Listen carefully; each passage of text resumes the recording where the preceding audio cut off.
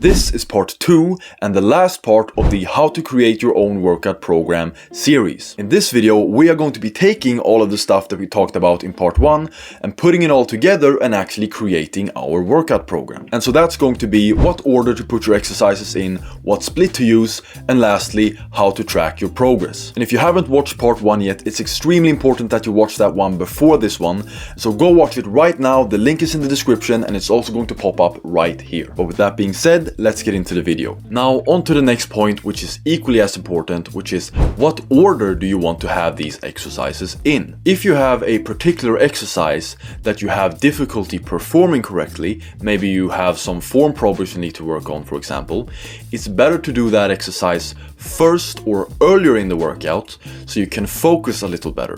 But as a general guideline, you want to perform exercises from most total muscle mass worked or targeted to least. This is because the systemic fatigue from exercise is mostly dependent on the amount of muscle mass worked in an exercise. And if you were to do it in the opposite order, where you would start with the exercise that work the least amount of muscle mass first, you might, by the time that you get to the exercise that works more muscle mass, have difficulty performing those exercises correctly and with enough focus or with enough effort. Because these exercises that work more muscle mass are generally going to be more complicated to perform compound exercises. Now, one exception to this guideline is pre-exhaust.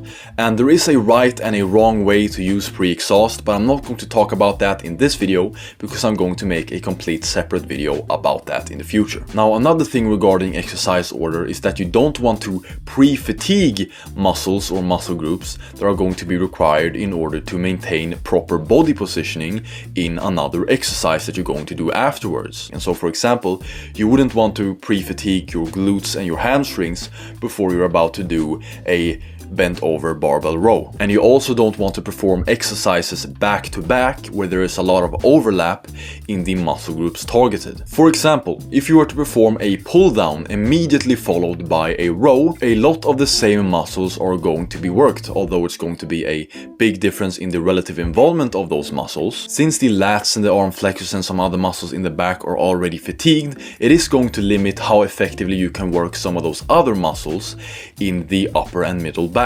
Now, a little side note regarding exercise order is that you don't want to switch up your exercises just because a machine that you were supposed to use is occupied at the moment. Of course, you're gonna have to do this sometimes. Let's say, for example, there's 3 guys taking turns on the leg press, you might need to use another machine, but you want to avoid switching up your exercises in your workout as much as possible. And if you ever have to change out a exercise, one workout, then make sure you note that somewhere in your workout so that you know that you did that. Now, on to another crucial point, which is what split do you want to use? Now, for complete beginners to exercise, I recommend one full body workout consisting of 6 compound exercises that addresses all of the major muscle groups in the body. And this is to facilitate learning and practice over the basic compound movements that you're later still going to include in your program anyway. And these are the same 6 exercises that I mentioned earlier: leg press or squat, front grip pull down or chin up, overhead press,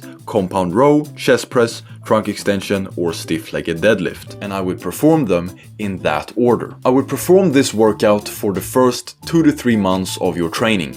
And for the first couple of weeks, I also would not be training to failure, because for the first couple of weeks, you want to focus on learning the correct form for all of these exercises. And after that 2 to 3 months, you can split your workout up into 2, but no more than 4 separate workouts. Now, most people will be able to tolerate the volume of a full body routine, in which case I think that you should use one. You do not need to split up your body into different workouts unless it's actually necessary. Split routines aren't any more effective, it's just that they can be more effective for certain people who have certain body parts that take longer to recover or that can't handle the volume of a full body routine. Now, as you get more and more advanced, eventually you are going to have to reduce your volume, and one way of doing this is by utilizing a split routine. But you don't have to do this. You can also just spread out your volume from maybe your 2 full body workouts into 3 full body workouts or 4 full body workouts. But I'm going to make a complete separate video about split routines versus full body routines, where I talk about when you might want to utilize a split routine. Also, just on a quick side note before we move on to the very last point, is that a full body routine doesn't mean that you just have one and the same full body workout that you perform every time. You can have different full body workouts that still work all of the major muscle groups in the body, but that emphasize certain parts of the body more, and that include different supplementary exercises for smaller muscle groups like the lower legs, abs, forearms and neck. For example, you might have one workout where you perform a squat, then a vertical pulling movement and a vertical pushing movement, and then you do, neck and forearm exercises. And then you might have another workout where you perform a hip and thigh hinging movement first, and then a horizontal pulling movement, and then a horizontal pushing movement, and then you might do additional exercises for the calves and the abs. Now on to the last and very, very important point, of course, which is how you track your progress. First of all, you want to standardize as much as possible. You want to have the same exercises in the same order, with the same form, with the same machines and the same equipment settings and the same rep cadence and rep range. And so you want to standardize as much as you possibly can, so that you know that if there is a change in performance, it's because you actually got stronger or weaker, and not because you're constantly switching these things around. And in your workout charts, you want to write down not just the name of the exercise, but what machine you used, what equipment you used, what settings you used for that machine so you can use the same ones next time, what weight you used and what reps you got with that weight. And of course, the way that you know if you're actually making progress is if you are getting stronger on your exercises over time. Now, before I end the video, if you have any questions about workout frequency, I refer you to this video, which I'm also going to link down in the description. And so if you have any questions about workout frequency, you are going to find your answers there. But anyways, boys, that was all for this video. I really hope you liked it. And if you did, don't forget to click that like, subscribe and ring that notification bell so you can be notified the next time I upload. And with that being said, I'll see you boys in the next video next time. Peace.